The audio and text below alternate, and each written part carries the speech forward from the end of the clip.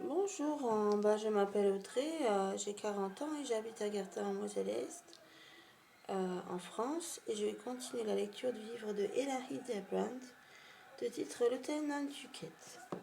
Et donc on était arrivé à la page 86. Vont bon train le long des routes réservées aux fortunés et aux nantis.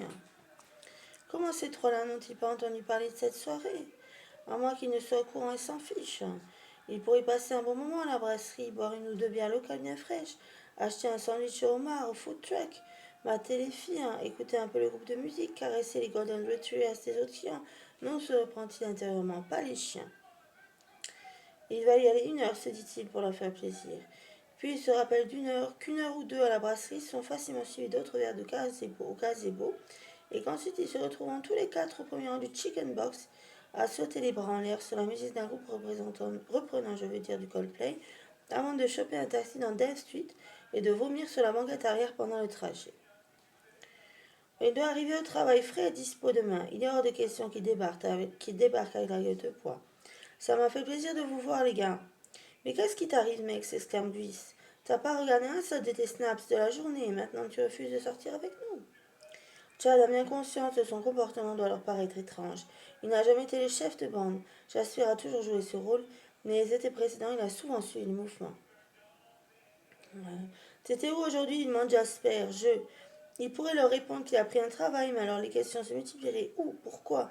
Il est censé profiter de son dernier été de tranquillité avant d'intégrer la société de capital de son père, Blondvin Group, en septembre. Comment pourrait-il leur faire comprendre que non seulement il passe son été à travailler, mais qu'en plus il est femme de chambre? Il a porté des gants en caoutchouc une bonne partie de la journée et s'est instruit sur les différents types de produits nettoyants. Je vous rejoindrai peut-être plus tard. Il tend la main vers la poignée de la porte pour que son message soit reçu 5 sur 5. Il ne les accompagnera nulle part. Un immense sourire fend le visage d'Eric. Chad a dû se trouver le petit fiancé. Vous avez vu sa tenue? Est-ce qu'il a passé la nuit chez lui? Jasper Beast hue. Les potos passent avant les meufs, mec. Mais bon, on te comprend. T'inquiète, on te laisse dans ce premier. Allez, on se voit un autre jour, ajoute le second. Chad s'engouffre déjà dans le vestibule climatisé et referme la porte derrière lui. Bates, qui descend justement l'escalier, lui fait un doigt d'honneur, puis se dirige à la cuisine sans un mot. Elle mériterait un diplôme pour la constance avec laquelle elle se refuse à lui adresser la parole dernièrement. Ce qui est d'autant plus blessant qu'ils s'entendaient bien avant. Une seconde plus tard, il entend sa mère Whitney. Chaddy. Si elle utilise le pire surnom du monde, Chaddy, vraiment, c'est qu'elle a déjà attaqué le blanc. Ah oui. Il passe sa tête dans la cuisine. Elle est debout près de l'îlot devant une bouteille ouverte. Elle agite un morceau de papier dans sa direction. S'il te plaît, mon chéri, tu irais faire des courses pour ta maman adorée. Il lui prend la liste des mains. 8 steaks de bœuf wagyu, et 5 kilos de thon rouge, salade de homard comté, chips à la truffe, 6 sachets. Ça fait beaucoup à manger. On reçoit du monde, hein.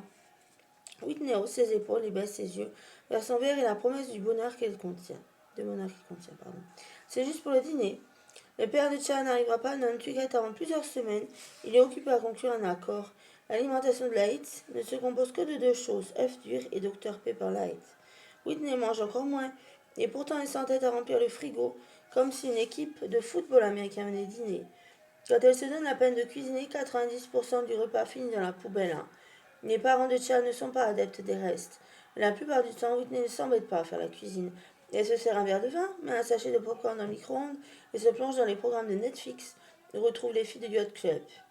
Du coup, les denrées restent dans le frigo jusqu'à se recouvrir d'un film visqueux ou se hérisser des moisissures verdâtres. Ça n'a jamais dérangé Chad. Il n'avait même rien remarqué jusqu'à la tirade de Paddy sur le gâchis monumental pratiqué par les Winslow. Il se contentera d'acheter 3 steaks, un fromage et un sachet de chips. J'ai trouvé un boulot aujourd'hui, dit-il, je ne te crois pas. Ce sont les premiers mots que Leitz lui adresse depuis le 22 mai. À l'hôtel Nantucket, je fais le ménage dans les chambres. Sa mère cligne des yeux. Je voulais faire quelque chose, explique-t-il, pour arranger la situation. Ton père s'en occupe avec les avocats.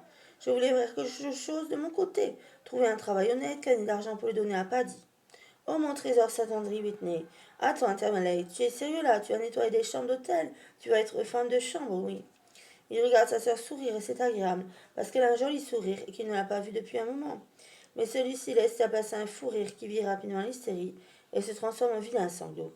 Elle attrape le premier objet qui lui tombe sous la main, un mug avec une photo de Tekel dessus, et le lance en y mettant autant de détermination que si elle cherchait à marquer un but face à l'adversaire de toute une vie. Elle manque son frère et la tasse se fracasse sur le carrelage. Tu ne pourras jamais rien arranger, lui hurle-t-elle. Elle quitte la cuisine en serrant la liste de courses dans son poing.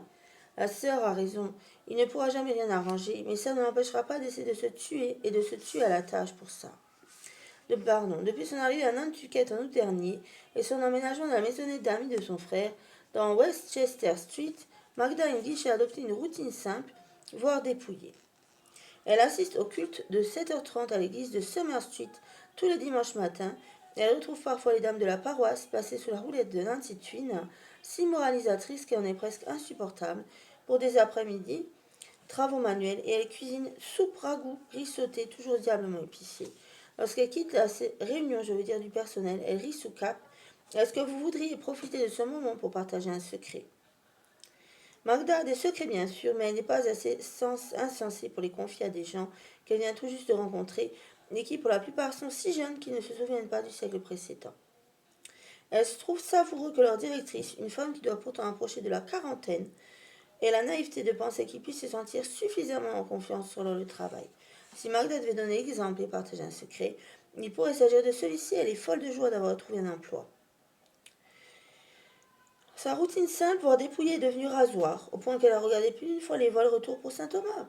Elle n'avait aucune intention de retourner sur un bateau de croisière, mais un nouvel hôtel venait d'ouvrir ses portes sur la petite île, de Louvango Cay, et elle a envisagé d'y diriger, l'équipe de femmes de chambre.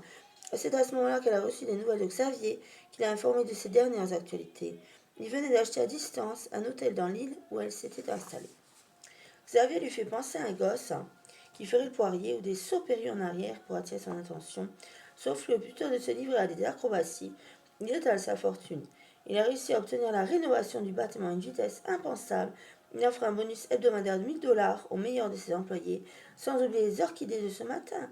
Des vendas en prime, l'affaire préférée de Magda, il le sait bien. Elle les a laissées sur son bureau. Si elle les avait rapportées à la maison, elle aurait été assaillie de questions auxquelles elle n'a aucune envie de répondre. En sortant d'hôtel, elle monte dans son tout-terrain flambant neuf, qui est un croisement entre une Jeep et un pick-up, le tout décapotable. Son frère William l'a dévisagé à un long moment lorsqu'elle est rentrée de chez le concessionnaire. Il s'est sans doute demandé comment elle avait les moyens de se payer une voiture pareille. J'ai vécu sur des bateaux pendant si longtemps que je rêvais d'une nouvelle voiture, alors je me suis autorisé une petite folie. Et si cette explication n'a pas satisfait, c'est un problème. Elle a des courses à faire. Elle s'arrête d'abord chez le caviste pour acheter une bouteille de rhum Appleton Estate de 21 ans d'âge. Elle est à la recherche perpétuelle de ce qui lui rappelle les Caraïbes. C'est plus fort qu'elle. Elle prend aussi un ticket à gratter à 10 $. De retour dans sa voiture, elle sort une pièce de son porte-monnaie et s'attaque à la petite pellicule argentée. Ah, elle a gagné 500 $. Elle ira les récupérer la prochaine fois. Elle envisage de s'arrêter chez Eddie Leclerc pour voir s'il y a de nouvelles annonces, mais elle n'aime pas la façon dont la sœur de l'agent immobilier Barbie la regarde, et elle opte plutôt pour un texto. J'espère que vous ne m'oubliez pas, monsieur Pansik, lui écrit-elle. Fidèle à sa réputation, Eddie lui répond aussitôt. Comment pourrais-je vous oublier, Magda? Je reviens vers vous dans la semaine avec une liste d'annonces comme promis. Elle est folle de William et d'Ezekiel. Cependant, il est grand temps qu'elle prenne sa propre location, surtout maintenant qu'elle semble partie pour rester. Elle a une dernière course à faire au marché de Nantucket. Elle veut préparer des crabes à carapace molle, elle les fera revenir dans du beurre noisette et les servira avec du riz cajun et des asperges grillées. Il fait délicieusement frais dans le marché et ça sent le café. On y trouve la seule boutique Starbucks de Tutsi. Elle se dirige vers l'immense vitrine à réfrigérée qui contient des trésors, barquettes de faux filets, rôtis en croûte, morceaux de bœuf dans 3 marines différentes, blancs de poulet farcis aux épinards et au fromage, brochettes de légumes bien dodus de toutes les couleurs de l'arc-en-ciel, travers de porc, côtelettes d'agneau, queue de homard, grosses crevettes roses, saumon au citron vert et à la coriandre, et steaks d'espadon aussi épais que des livres. 4 ou 5 personnes font déjà la queue pour être servies, mais ça ne la dérange pas d'attendre, c'est la première fois de la journée qu'elle est immobile. À bientôt, merci, au revoir.